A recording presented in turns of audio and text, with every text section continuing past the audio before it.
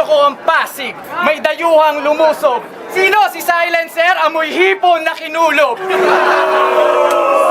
Ako ang hari ng palusot, hindi mo kayang barahin. Kasi pare, gabi na, amoy araw ka pa rin.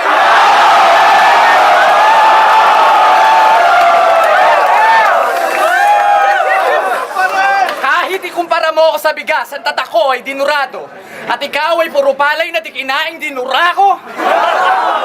Sigurado, diskumpyado, sintunado ka mag-rap. Pero pwede kang mag-artista kaso sampalin ang ganap.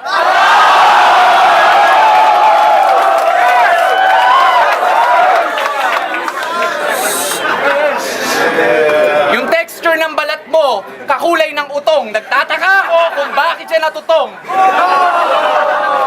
Negro ba tatay mo o yung bahay nyo walang bubong?